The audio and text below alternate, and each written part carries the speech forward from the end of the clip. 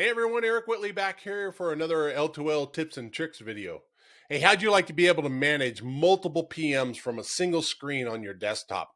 As a maintenance planner and scheduler, it is a really nice tool that we have here in L2L.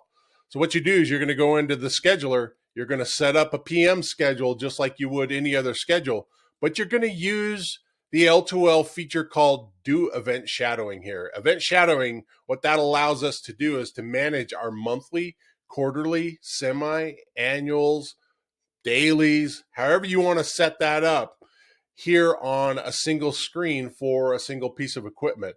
The other cool thing is if you have pieces of equipment that are like that around the plant, so if you have multiple pieces of equipment, you can manage all of those from this single screen. So what you're seeing here is I have a monthly, quarterly, semi-annual all set up on a single piece of equipment, and I have multiple pieces of equipment in the plant that are the same. So I'm managing 12 different PM schedules right here on this single page.